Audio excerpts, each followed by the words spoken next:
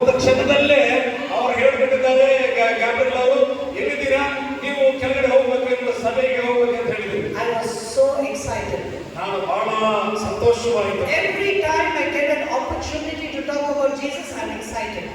ನನಗೆ ಯೇಸುವಿನ ಬಗ್ಗೆ ಹೇಳಲಿಕ್ಕೆ ಅವಕಾಶ ಸಿಕ್ಕಿದಾಗಲ್ಲ ನಾನು ಸಂತೋಷನಾಗ್ತೇನೆ.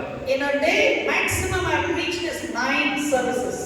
ಮತ್ತು ಪ್ರತಿಯೊಂದು ದಿವಸ ಸುಮಾರು 9 maximum in one day I preached this. ಒಂದು ದಿವಸಕ್ಕೆ ಸುಮಾರು 9 ಪ್ರಸಂಗಗಳು ಮಾಡಿದ್ದೇನೆ. In Kuwait, you know, there's a compound with churches. ಮತ್ತು ಕುವೈಟ್ನಲ್ಲಿ ಒಂದೇ ಒಂದು ಪ್ರಾಕಾರದಲ್ಲಿ ಬಹಳಷ್ಟು ಸಭೆಗಳಿರುತ್ತೆ. So sometimes the congregation changed, I remain the same. ಕೆಲವೊಂದು ಸಲ ಸಭೆಯವರು ಹೋಗಿ ಇನ್ನೊಂದು ಸಭೆ ಬರ್ತಾರೆ, ಆದ್ರೆ ನಾನು ಮಾತ್ರ ಅಲ್ಲೇ ಇರ್ತೇನೆ ಪ್ರಸಂಗ ಮಾಡಿ. Sometimes I moved to another building. ಇನ್ನೊಂದು ಸಲ ಇನ್ನೊಂದು ಕಟ್ಟಡಕ್ಕೆ ನಾನು ಹೋಗ್ತೇನೆ. In fact, Hubli is actually like that. Hubli ಕೂಡ ಅದೇ ರೀತಿಯಲ್ಲಿ ಸಭೆಗಳು. There, here, there. Sometimes you don't need to even step on loudspeakers. You'll be hearing 3-4 sermons happening. ಇಲ್ಲಿ ಇಲ್ಲೊಂದು ಸಭೆ ಇದೆ, ಇಲ್ಲೊಂದು ಸಭೆ ಇದೆ. ಕೆಲವೊಂದು ಸಲ ಬೇರೆ ಚರ್ಚ್ಗೆ ಹೋಗೋಕೆ ಬರುತ್ತಾ ಇಲ್ಲ, ಯಾಕಂದ್ರೆ ಮನೆಯಲ್ಲೇ ಕೂತ್ಕೊಂಡು 3 ಸಭೆಗಳನ್ನ ಕೇಳ್ತಾ ಇದ್ದ sound system. You know, attending church does not help the gospel to spread. ಮತ್ತು ಸಭೆಗೆ ಬರುವುದರಿಂದ ಸುವಾರ್ತೆ ಸಾರಲ್ಪಡಲ್ಲ. You know, God called us to be fishers of men. ನಾವು ಬೆಸ್ತರನ್ನಾಗಿ, ಮನುಷ್ಯರನ್ನು ಹಿಡಿಯುವಂತ ಬೆಸ್ತರನ್ನಾಗಿ ಮಾಡಿ ದೇವರು ಕರೆದಿದ್ದಾನೆ. Not to keep aquariums. ಮತ್ತು aquarium ಫಿಶ್ಗಳನ್ನು ಹಿಡ್ಕೊಳ್ಳೋದು ಅದಕ್ಕಲ್ಲ. We are called to be fishers of men, not keepers of aquarium. ಮತ್ತು ಈ ಫಿಶ್ ಅಕ್ವೇರಿಯಂ ಹಿಡ್ಕೊಳ್ತಾರಲ್ಲ ಮನೆಯಲ್ಲಿ, ಅಂತದಲ್ಲ, ನಾವು ಮನುಷ್ಯರನ್ನು ಹಿಡ್ಕೊಳ್ಳುವಂತ ಬೆಸ್ತರನ್ನಾಗಿ ದೇವರು ಮಾಡಿದ್ದಾನೆ. Now we have money to invest on the latest leather Bible. ನಮಗೆ ಈಗ ಲೆದರ್ ಬೈಬಲ್ ಸಿಗ್ತಾ ಇದೆ, ಬಹಳ ದುಡ್ಡು ಖರ್ಚು ಮಾಡಿ ತೆಗೆದುಕೊಳ್ತೇವೆ. Today when you go to houses, ಇವತ್ತು ಮನೆಗಳಿಗೆ ಹೋಗುವಾಗ if I ask them, can I have a Bible to read? ಮತ್ತು ಒಂದು ಬೈಬಲ್ ಕೊಡ್ತೀರಾ ಓದಲಿಕ್ಕೆ ಅಂತ ಕೇಳಿದರೆ, Brother, which version do you want? Brother ಯಾವ ವರ್ಷನ್ ಬೇಕು ನಿಮಗೆ, ಯಾವ ತರ ಬೈಬಲ್ ಬೇಕಂತ ಕೇಳ್ತಾರೆ. But when I ask them, when was the last time you shared about Jesus to somebody? ಆದರೆ ನಾನು ಕೇಳಿದರೆ ಮತ್ತು ಯೇಸುವಿನ ಬಗ್ಗೆ ಸಾರಿದ ಕೊನೆಯ ಸಮಯ ಯಾವುದು ಅಂತ ಕೇಳಿದರೆ, They'll say, no, we give money for missions. ನಾವು ಸುವಾರ್ಥ ಸೇವೆಗೆ ಮಿಷನ್ಸ್ಗೆ ದುಡ್ಡು ಕಳಿಸ್ತೇವೆ. They will tell about FMBB. FMBB ಸೇವೆ ಕಳಿಸ್ತೇವೆ. They'll tell about different mission organizations. ಬೇರೆ ಬೇರೆ ಮಿಷನ್ ಆರ್ಗನೈಸೇಷನ್ ದುಡ್ಡು ಕಳಿಸ್ತೇವೆ ಎಂಬುದಾಗಿ ಹೇಳುತ್ತಾರೆ. When was the last time you opened your mouth and shared about Jesus? ಯಾವ ಸಮಯ, ಕೊನೆಯ ಸಮಯ ನೀವು ಯೇಸುವಿನ ಬಗ್ಗೆ ಇತರರಿಗೆ ಸುವಾರ್ಥ ಸಾರಿದ್ದೀರಿ? Remember, sharing the gospel is not only for selected. ಮತ್ತು ಸುವಾರ್ತೆ ಸಾರುವಂತದ್ದು ಕೆಲವು ಪಾಸಗಳಿಗೆ ಸೀಮಿತಲ್ಲ. Preaching can be selected.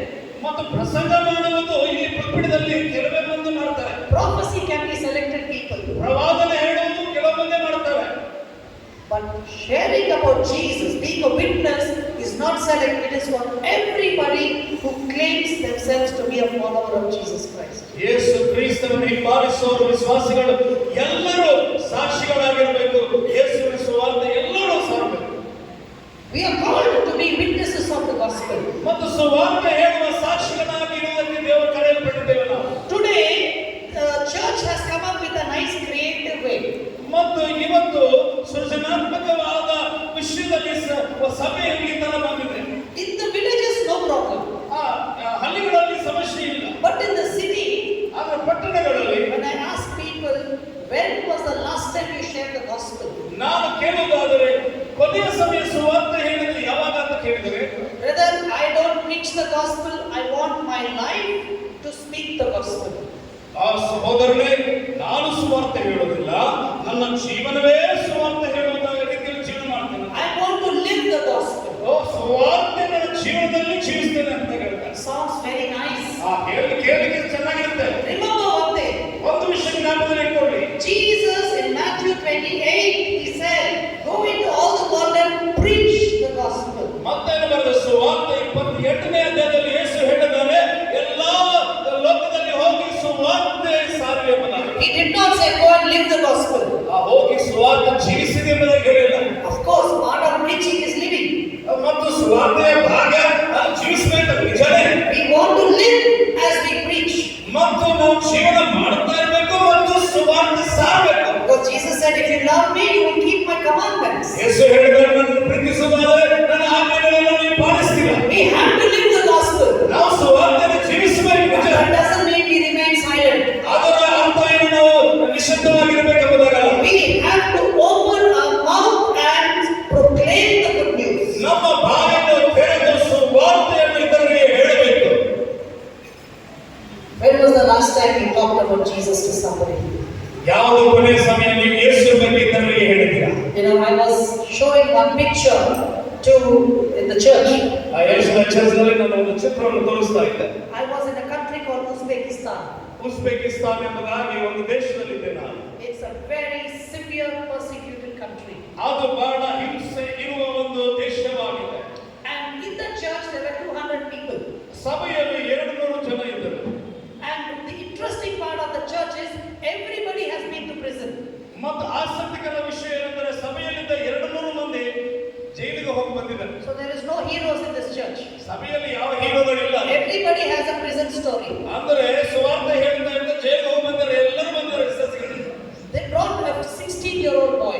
ಒಂದು 16 ವಯಸ್ಸಿನ ಯವನಸ್ಥರನ್ನು ಕರ್ಕೊಂಡು ಬಂದರು. He just recently came from the prison. ಈಗಲೇ ಜೈಲಿನಿಂದ ಹೋಗಿ ಬಂದಿದ್ದಾನೆ ಅವನು. And I said, you are 16, why did you go to the prison? ನಾನು ಕೇಳಿದೆ, ನಿನ್ನ 16 ವಯಸ್ಸು ಚಿಕ್ಕ ಹುಡುಗ, ನೀನು ಯಾಕೆ ಜೈಲಿಗೆ ಹೋಗಿದ್ದೆಪ್ಪ? He said, he said, uncle, recently I accepted Jesus as my personal savior. Uncle, ನಾನು ಇವಾಗ ಯೇಸು ಕ್ರಿಸ್ತನನ್ನು ನಂಬಿದೆ, ಅದಕ್ಕೆ ಜೈಲಲ್ಲಿ ಹಾಕಿಬಿಟ್ಟರು ನನಗೆ ಅಂತ ಹೇಳಿದ್ರು. Because I became a Christian, I was put in prison. ನಾನು ಕ್ರೈಸ್ತನಾಗಿ ಬದಲಾಯಿಸಿಕೊಂಡೆ, ಅದಕ್ಕೆ ನನಗೆ ಸೆರೆಮನೆಯಲ್ಲಿ ಹಾಕಿದ್ದಾರೆ. And during the time in the prison, they took a needle. ಮತ್ತು ಆ ಸೆರೆಮನೆಯಲ್ಲಿ ಒಂದು ನೀಡಲನ್ನು ತೆಗೆದುಕೊಂಡಿದ್ದಾರೆ. And they pierced between the nail and the skin. ಮತ್ತು ಈ ಉಗುರು ಇದರ ಮಧ್ಯದಲ್ಲಿ ಆ ಒಂದು ಚುಚ್ಚಿದ್ದಾರೆ. This area is more sensitive than your tongue. ನಿಮ್ಮ ನಾಲಿಗೆಗಿಂತ ಇದು ಬಹಳ ಸೂಕ್ಷ್ಮವಾದ ಒಂದು ಸ್ಥಳವಾಗಿದೆ. Every day they poked and tortured him and asked him to deny Jesus Christ. ಪ್ರತಿಯೊಂದು ದಿವಸ ಇಲ್ಲಿ ಚುಚ್ಚಿ ಅವರು ನೋವನ್ನು ಕೊಟ್ಟು ಯೇಸುವನ್ನು ಬಿಟ್ಟು ಬಿಡಲು ಹೇಳಿದ್ದಾರೆ. Sometimes when God does not answer our prayer request in our time, we threaten God and we will stop going to church. ಕೆಲವೊಂದು ಸಲ ನಮ್ಮ ಪ್ರಾರ್ಥನೆಗಳಿಗೆ ಉತ್ತರ ಸಿಗಲಿಲ್ಲ ಅಂದ್ರೆ ದೇವರಿಗೆ ನಾವು ಪ್ರಶ್ನೆ ಕೇಳುತ್ತೇವೆ, ದೇವರನ್ನು ಬಿಟ್ಟು ಬಿಡ್ತೀನಿ ಎಂಬುದಾಗಿ ಹೇಳ್ತೇವೆ ದೇವರಿಗೆ. And I said, how did you survive in the prison? ನಾನು ಕೇಳಿದ್ದೆ, ನೀನು ಯಾವ ರೀತಿಯಲ್ಲಿ ನೋವನ್ನು ಅನುಭವಿಸಿದಪ್ಪ ಅಂತ ಹೇಳಿ. And he smiled and he said, uncle, I want to thank the Lord for the opportunity. ಮತ್ತೆ ಯವನಸ್ಥರು ಹೇಳಿದ ವಿಷಯ ಏನಂದ್ರೆ, ಅಂಕಲ್, ದೇವರಿಗೋಸ್ಕರ ಹಿಂಸೆ ಪಡಲಿಕ್ಕೆ ಅವಕಾಶ ದೇವರು ಕೊಟ್ಟಿದ್ದಾರೆ, ದೇವರ ಸ್ತೋತ್ರ ಅಂತ ಹೇಳಿದ್ದಾರೆ. I said, how can you thank the Lord being a 16-year-old boy being tortured? ನಾನು ಕೇಳಿದೆ, 16 ವಯಸ್ಸಿನ ಹುಡುಗಾಗಿದ್ದಿ, ನೀನು ಈ ವಯಸ್ಸಿನಲ್ಲಿ ದೇವರ ಸ್ತೋತ್ರ ಹೇಳ್ತಾ ಇದ್ದ ಹಿಂಸೆಗೆ ಇದು ಎಂತದಪ್ಪ ಅಂತ ಹೇಳಿದೆ. He said, I thank the Lord because during my time for 2 months in the prison, I was able to lead 105 Muslim prisoners to the Lord. ಮತ್ತು ನಾನು ದೇವರಿಗೆ ಈ 2 ತಿಂಗಳಲ್ಲಿ ಸ್ತೋತ್ರ ಯಾಕೆ ಹೇಳಿದ್ದೇನೆಂದರೆ, 105 ಮಂದಿ ಸೆರೆಮನೆಯಲ್ಲಿ ಯೇಸು ಸ್ವಾಮಿ ಕಡೆಯನ್ನು ನಡೆಸಿದ್ದೇನೆ, ಆತ್ಮಗಳನ್ನು ರಕ್ಷಿಸಿದ್ದೇನೆ ಎಂಬುದಾಗಿ ಹೇಳಿದ್ದಾನೆ ಹುಡುಗ. For this boy, suffering became a pulpit to share the gospel. ಮತ್ತು ಈ ಹುಡುಗನಿಗೆ ಆ ಹಿಂಸವೇ ಆ ಪುಲ್ಪಿಟ್ ಆಗಿಬಿಟ್ಟಿದೆ ಇತರರಿಗೆ ಸುವಾರ್ತೆ ಹೇಳುವುದಕ್ಕಾಗಿ. What is your excuse? ನಿನ್ನ ಒಂದು ಎಕ್ಸ್ಕ್ಯೂಸ್ ಏನಾಗಿದೆ?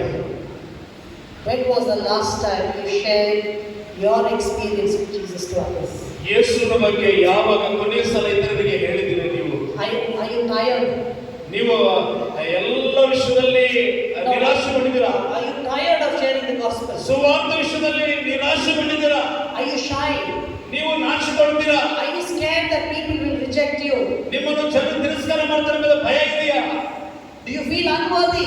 ಮತ್ತು ಅಯೋಗ್ಯತೆ ಎಂಬುದಾಗಿ ಅನ್ಕೊಳ್ತೀರಾ? God gives you the strength and the words to speak. Just go and open your mouth. ದೇವರು ನಿಮಗೆ ಮಾತುಗಳನ್ನು ಕೊಡ್ತಾನೆ, ಬಾಯಿ ತೆರೆದು ಮಾತಾಡಿ, ದೇವರು ಕಾರ್ಯ ಮಾಡ್ತಾನೆ. Don't be silent. ನಿಶ್ಶಬ್ದವಾಗಿ ದಯವಿಟ್ಟು ಇರಬೇಕು. We still have a little freedom in our country. ಇನ್ನು ಸ್ವಲ್ಪ ಸ್ವತಂತ್ರ ನಮ್ಮ ದೇಶದಲ್ಲಿ ಇದೆ ನಮಗೆ. Make the best use of the me at 16, I was going to kill myself. ಮತ್ತು 16ನೇ ವಯಸ್ಸಿನಲ್ಲಿದ್ದಾಗ ನನ್ನನ್ನು ಆತ್ಮಹತ್ಯೆ ಮಾಡ್ಕೊಳ್ಬೇಕೆಂಬುದಾಗಿ ನಾನು ಅನಿಸ್ಕೊಂಡೆ. Because I was a high school dropout. ಯಾಕಂದ್ರೆ ಸ್ಕೂಲ್ನಲ್ಲಿ ನಾನು ಬಿಟ್ಟಿದ್ದೇನೆ ಸ್ಕೂಲಲ್ಲಿ. I didn't go, they sent me out. ನಾನು ಬಿಡಲಿಲ್ಲ, ಅವರನ್ನು ಹೊರಗೆ ಕಳಿಸ್ಬಿಟ್ಟೆ Because ಸ್ಕೂಲಲ್ಲಿ. they said you are a failure. ಯಾಕಂದ್ರೆ ಅವರು ಹೇಳಿದ್ದಾರೆ ನೀನು ಸೋತು ಹೋಗಿದ್ದ ವ್ಯಕ್ತಿ. I had 6 months to live medically. ಮತ್ತು 6 ತಿಂಗಳ ಮಾತ್ರ ಬದುಕುತ್ತೀಯ ಎಂಬುದಾಗಿ ಡಾಕ್ಟರ್ ಹೇಳಿದ್ದಾನೆ. I was so depressed. ನಾನು ಬಹಳ ಕುಗ್ಗಿ ಹೋಗಿದ್ದ ಮನುಷ್ಯ. No education, no health, ಮತ್ತು ಆರೋಗ್ಯ ಇಲ್ಲ, ವಿದ್ಯೆಯೂ ಇಲ್ಲ, no future. ಯಾವ ಭವಿಷ್ಯವಿಲ್ಲ. So I decided to kill myself. ನಾನು ಆತ್ಮಹತ್ಯೆ ಮಾಡಿಕೊಳ್ಬೇಕೆಂಬುದಾಗಿ ನಾನು ಆಲೋಚನೆ ಮಾಡಿದೆ. At the lowest point of my life, I heard the audible voice of Jesus Christ. ನನ್ನ ಜೀವನದಲ್ಲಿ ಅತಿ ತಗ್ಗಾದ ಸಮಯದಲ್ಲಿ ದೇವರ ಗಟ್ಟಿಯ ಸ್ವರವನ್ನು ಕೇಳಿದ್ದೇನೆ ನಾನು. And He transformed my life. ನನ್ನ ಜೀವನ ರೂಪಾಂತರಪಡಿಸಿದ್ದಾರೆ. Ever since that day, I take every opportunity to share Jesus. ಆ ದಿವಸದಿಂದ ಪ್ರತಿ ಅವಕಾಶ ತೆಗೆದುಕೊಂಡು ಯೇಸುವಿನ ಬಗ್ಗೆ ಹೇಳ್ತೇನೆ ನಾನು. Whether I am in front of the king or the president, ನಾನು ಪ್ರೆಸಿಡೆಂಟ್ ಬಳಿಗೆ ಇರಲಿ, ರಾಜನ ಮನೆಯಲ್ಲಿ ಇರಲಿ, in front of a beggar or in front of a prisoner, ಭಿಕ್ಷಕನ ಎದುರುಗಡೆ ಇರಲಿ ಮತ್ತು ಅರಸನ ಎದುರುಗಡೆ ಇರಲಿ, ಜೈಲಲ್ಲಿ ಇರಲಿ, ಎಲ್ಲೇ ಇರಲಿ, I always testify what Jesus has done in my life. ಯೇಸು ನನ್ನ ಜೀವನದಲ್ಲಿ ಏನು ಮಾಡಿದ್ದಾನೆ ಅದನ್ನು ಸಾಕ್ಷಿಯಾಗಿ ಹೇಳುತ್ತಾನೆ. You don't have to preach. ನೀವು ಪ್ರಸಂಗ ಮಾಡಲಿಕ್ಕೆ ಸಮಂತಿಲ್ಲ. I am not demanding you to preach. ನೀವು ಎಲ್ಲರಿಗೂ ಪ್ರಸಂಗ ಮಾಡಬೇಕೆಂಬುದಾಗಿ ನಾನು ಬಯಸ್ತಾ ಇಲ್ಲ. I am telling you that be a witness of what Jesus has done in your life. ಯೇಸು ನಿಮ್ಮ ಜೀವನದಲ್ಲಿ ಏನು ಮಾಡಿದಾನೆ ಅದಕ್ಕೆ ಸಾಕ್ಷಿಯಾಗಿ ನೀವು ಸಾಕು. It is a command to be a witness, not an option. ಇದು ಆಯ್ಕೆ ಇಲ್ಲ, ನೀವು ಮಾಡಬಹುದು ಇಲ್ಲ ಎಂಬುದಾಗಿ ಅದು ಆಜ್ಞೆಯಾಗಿದೆ. ಸುವಾರ್ತೆ ಹೇಳಲೇಬೇಕು. Don't keep it secret. ಅದು ರಹಸ್ಯವಾಗಿ ಇಟ್ಕೊಳ್ಬೇಡಿ. It is a good news. ಅದು ಒಳ್ಳೆ ವಾರ್ತೆ. You see, during COVID time, Covid ಟೈಮ್ನಲ್ಲಿ ನೋಡ್ರಿ, everybody was looking for medicine. ಪ್ರತಿಯೊಬ್ಬರು ಔಷಧಕ್ಕೋಸ್ಕರ ಎದುರು ನೋಡ್ತಿದ್ರು. Our vaccines are not even tested. ಮತ್ತು ವ್ಯಾಕ್ಸಿನ್ಸ್ ಅದು ಪರೀಕ್ಷೆನೂ ಆಗಿಲ್ಲ. They said 10 years it takes to test a proper vaccine. ಮತ್ತು ಸರಿಯಾದ ಪರೀಕ್ಷೆ ಮಾಡಿ ಬರಬೇಕಂದ್ರೆ ವ್ಯಾಕ್ಸಿನ್ 10 ವರ್ಷ ಸಮಯ ಬೇಕು. But WhatsApp messages was going super fast. ನಮ್ಮ ಸಂದೇಶಗಳು ಮೆಸೇಜ್ ಎಲ್ಲ ವೇಗವಾಗಿ ಹೋಗ್ತಾ ಇದ್ದವು. University of WhatsApp was giving all kinds of information. ಮತ್ತು ವಾಟ್ಸ್ಆಪ್ ಯೂನಿವರ್ಸಿಟಿ ಎಲ್ಲಾ ಮಾಹಿತಿ ನಮಗೆ ಕೊಡ್ತಾ ಇದೆ. And people were busy forwarding messages. ಮತ್ತು ಅದು ಸತ್ಯವೋ ಇಲ್ಲವೋ ಗೊತ್ತಿಲ್ಲದೆ ವಾಟ್ಸ್ಆಪ್ ಅಲ್ಲಿ ಮೆಸೇಜಸ್ ಫಾರ್ವರ್ಡ್ ಮಾಡ್ತಾನೆ ಇದ್ದಾರೆ ಎಲ್ಲರಿಗೆ. But we all participated in forwarding the message. ನಾವೆಲ್ಲ ಅದು ಫಾರ್ವರ್ಡ್ ಮಾಡ್ತಾನೆ ಇರ್ತೀವಿ ಮೆಸೇಜಸ್ ವಾಟ್ಸ್ಆಪ್ ಅಲ್ಲಿ. Because we are concerned that others might be helped with this information. ಮತ್ತು ಈ ಮಾಹಿತಿ ಬೇರೆಯವರು ಕಳಿಸಿದ್ರೆ ಅವರಿಗೆ ಸಹಾಯ ಆಗಬಹುದು ಎಂಬುದಾಗಿ ಎಲ್ಲರಿಗೆ ಕಳಿಸ್ತೇವೆ. It was not even proven. ಅದು ನಿಜವಾಗಿ ಅದು ಪರೀಕ್ಷಿಸಲ್ಪಟ್ಟಿಲ್ಲ. In fact, one forward message was, ಒಂದು ಫಾರ್ವರ್ಡ್ ಆದ ಮೆಸೇಜ್ ಏನಂದ್ರೆ, go stand under the sun, open your mouth and do like that. ಒಂದು ಸಂದೇಶ ಏನಂದ್ರೆ, ಆ ಒಂದು ಸೂರ್ಯನಿಗೆ ಕೆಳಗಡೆ ಹೋಗಿ ನೀವು ಬಾಯಿ ತೆರೆದು ಹಾ ಹಾ ಹಾ ಅಂತ ಆಡಬೇಕು ಎಂಬುದಾಗಿ ಮೆಸೇಜ್ ಮಾಡ್ತೀವಿ. Because whenever the dog is sick, it goes under the sun and it does that. ಮತ್ತು ನಾಯಿ ಏನ್ ಮಾಡ್ತದೆ ಅಂದ್ರೆ, ರೋಗ ಬಂದಾಗ ಆ ಸೂರ್ಯನ ಮುಂದೆ ನಿಂತು ಆ ರೀತಿ ಆ ಹಾ ಹಾ ಎಂಬುದಾಗಿ ಮಾಡ್ತದೆ ನಾಯಿ. All kinds of forwarders happen. ಈ ತರ ಎಲ್ಲಾ ಮಾಹಿತಿಗಳು ಸಂದೇಶಗಳು ಬರ್ತಾ ಇದೆ. It was not proven, but we wanted to help others. ಅದು ಪರೀಕ್ಷಿಸಲ್ಪಟ್ಟಿಲ್ಲ, ಆದರೂ ಸಹ ಬೇರೆಯವರಿಗೆ ಸಹಾಯ ಆಗಬಹುದು ಎಂಬುದಾಗಿ ಕಳಿಸೋದು. But when you know the truth and the truth will set you free, why are you silent? ಮತ್ತು ಸತ್ಯ ನಿಮಗೆ ಗೊತ್ತಾಗಿ ಸತ್ಯದಿಂದ ಬಿಡುಗಡೆ ಆಗ್ತಾರೆ ಎಂಬುದಾಗಿ ವಾಕ್ಯದಲ್ಲಿ ಇದ್ದರೆ ಯಾಕೆ ಇತರರಿಗೆ ಹೇಳುವುದಿಲ್ಲ? Bible says heaven and earth will pass away, but my words will never pass away. ಸತ್ಯವಾದ ಹೇಳುತ್ತದೆ, ಭೂಮಿ ಆಕಾಶಗಳು ಅವು ಹೋಗ್ತವೆ, ಆದರೆ ನನ್ನ ಮಾತುಗಳು ಬಿಟ್ಟು ಹೋಗುವುದಿಲ್ಲ ಎಂಬುದಾಗಿ. When you know that the truth of the word of God is tested and true, what is stopping you from sharing the gospel? ದೇವರ ವಾಕ್ಯ ಅದು ಸತ್ಯವಾಗಿದೆ ಎಂಬುದಾಗಿ ನಿಮಗೆ ಗೊತ್ತಿದ್ದರೂ ಅದನ್ನು ಯಾಕೆ ಇತರರಿಗೆ ಸಾಧ್ಯ ಇಲ್ಲ ನೀವು? So dear friends, ಪ್ರಿಯ ಸ್ನೇಹಿತರೆ, don't stop. ಅದನ್ನು ನಿಲ್ಲಿಸಬೇಡ್ರಿ. Share Jesus to people. ಪ್ರಜೆಗಳಿಗೆ ಯೇಸುವಿನ ಬಗ್ಗೆ ಹೇಳಬೇಡಿ. Don't share based on the result. ಮತ್ತು ಫಲಿತಾಂಶ ಕುರಿತಾಗಿ ನೀವು ಹೇಳಬೇಡ್ರಿ. Share because you love for people to find salvation. ಮತ್ತು ಜನರ ರಕ್ಷಣೆ ಹೊಂದಬೇಕೆಂಬುದಾಗಿ ಯೇಸುವಿನ ಬಗ್ಗೆ ಹೇಳಿ. Whether you win or lose does not matter. ನೀವು ಗೆದ್ದಿದ್ದರೂ ಸೋತಿದ್ದರೂ ಏನು ಪರವಾಗಿಲ್ಲ. At least you you have shared the gospel. ನೀವು ಸುವಾರ್ತೆಯಾದರೂ ಹೇಳಿದಿರಾ ಸಾಕು. The word of God will not return void. ದೇವರ ವಾಕ್ಯ ಅದು ಸುಮ್ಮನೆ ಅದು ಬರೋದಿಲ್ಲ, ಸುಮ್ಮನೆ ಆಗಿ ಕೆಲಸ ಮಾಡುತ್ತದೆ. Your words might be a seed into their lives. ನಿಮ್ಮ ಮಾತುಗಳು ಅವರ ಜೀವನದಲ್ಲಿ ಒಂದು ಬೀಜವಾಗಿ ಅದಿರುತ್ತದೆ. You never know how that little seed will bring forth fruit in God's season. ಮತ್ತು ದೇವರ ಕಾಲದಲ್ಲಿ ಅವರ ಜೀವನದಲ್ಲಿ ಯಾವ ಬೀಜವು ಯಾವ ಫಲ ತರುತ್ತದೆ ನಮಗೆ ಗೊತ್ತಿಲ್ಲ. So dear friends, don't miss out on bringing your friends this evening. ಈ ಸಾಯಂಕಾಲ ನಿಮ್ಮ ಸ್ನೇಹಿತರನ್ನು ಈ ಮೀಟಿಂಗ್ಗೆ ಕರ್ಕೊಂಡು ಬರುವುದು ತಪ್ಪಿಸಬೇಡಿ. Bring your family members. ನಿಮ್ಮ ಕುಟುಂಬಸ್ಥರನ್ನು ಸಾಯಂಕಾಲದ ಊಟಕ್ಕೆ ತಗೊಂಡು ಹೋಗಬೇಕು. I will play an instrumental this evening. ಮತ್ತು ನಾನು ಸಂಗೀತ ಬಾರಿಸ್ತೇನೆ ಇವತ್ತು ಸಾಯಂಕಾಲ. I will share a little bit about my journey of how Jesus took me to 257 countries. ಮತ್ತು 257 ದೇಶಗಳಿಗೆ ದೇವರು ಸೇವೆಗೆ ಕರ್ಕೊಂಡು ಹೋಗಿದ್ದಾನೆ. ಅದರ ಬಗ್ಗೆ ನಾನು ಸಾಕ್ಷಿ ಹೇಳ್ತೇನೆ. And I hope that somebody will have the gospel planted into their lives. ಮತ್ತು ನಾನು ನಿರೀಕ್ಷಿಸ್ತೇನೆ ಯಾರಾದರಲ್ಲಿ ಸುವಾರ್ತೆಯ ಬೀಜ ನೀವು ಹಾಕ್ತೀರಾ ಎಂಬುದಾಗಿ. I hope that somebody will be enriched and challenged saying, I want to communicate the gospel to somebody. ಮತ್ತು ಆ ಕೂಟದಿಂದ ಯಾರಾದರೂ ನಾನು ಸುವಾರ್ತೆ ಎಲ್ಲರಿಗೆ ಹೇಳ್ತೇನೆ ಎಂಬುದಾಗಿ ಯಾರೋ ನಿಂತ್ಕೊಳ್ಬೇಕೆಂಬುದಾಗಿ ನಾನು ಇದು So ನೋಡ್ತೇನೆ. I will see you all this evening. ಈ ಸಾಯಂಕಾಲ ಸಮಯ ಎಲ್ಲರೂ ನನ್ನ ನೋಡ್ಲಿಕ್ಕಿದ್ದಾರೆ. God bless you all. ದೇವರು ನಿಮ್ಮನ್ನು ಆಶೀರ್ವದಿಸಲಿ.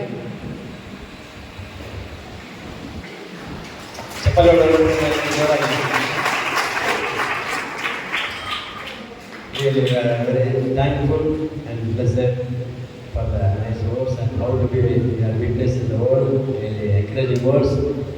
We thank you very much, Dr. Benikosa. ನಿಜವಾಗಿ ಬೇರೆ ಒಳ್ಳೆಯ ನಾವು ಸಾಕ್ಷಿಗಳಾಗಿ ಯಾವ ರೀತಿಯಾಗಿ ದೇವರ ಬಗ್ಗೆ ನಾವು ಸ್ವಾರ್ಥ ಸಾರಬೇಕು ಅಂತ ಹೇಳಿ ಒಳ್ಳೆ ರೀತಿಯಲ್ಲಿ ನಮ್ಮನ್ನು ಬಲಪಡಿಸಿದಂಥ ದೇವಸೇವಕರಾದಂಥ ಡಾಕ್ಟರ್ ಬೆಣ್ಣೆ ಅವರಿಗೆ ನಾವು ನಮ್ಮ ವತಿಯಿಂದ ತುಂಬ ಉಪಕಾರಗಳನ್ನು ಸಲ್ಲಿಸಿದ್ದೇವೆ. ಅದೇ ರೀತಿಯಾಗಿ ತರ್ಜುಮಾ ಮಾಡಿದಂಥ ಪಾಸ್ಟರ್ ರವಿ ಅವರಿಗೂ ಸಹ ನಾವು ವಂದನೆಗಳು ಸಲ್ಲಿಸ್ತಾ ಇದ್ದೇವೆ. ಈ ಸಮಯದಲ್ಲಿ ಒಂದು ಪ್ರಕಟಣೆ ಇದೆ. ಕ್ಯಾಲ್ವರಿ ಬ್ಯಾಪ್ಟಿಸ್ಟ್ తెలుగు చర్చ్ వారు ప్రకాశ్ నగర్ ఉంటుంది. క్యాల్వరీ బ్యాప్టిస్ట్ తెలుగు చర్చ్ వారు 19వ తారీఖు నుంచి చిన్నపిల్లలకు వీబీఎస్ ప్రారంభించారు. కాబట్టి ఉదయం 8 గంటల నుంచి మధ్యాహ్నం 12:30 వరకు ఆసక్తి ఉన్న మీకు ఫన్ గేమ్స్ మరియు స్నాక్స్ ప్రైజెస్ అన్ని ఉంటాయి తెలియపరిచారు. కాబట్టి అవి నుండి ఈ ಒಂದು వీబీఎస్ కార్యక్రమంలో మీరు పాల్గొనవచ్చు. దయచేసి ಎಲ್ಲರೂ ఎదుగుతారని దయచేసి నిల్చుందాం. క్వైర్ ఒక పాట పాడుతుండగా అందరూ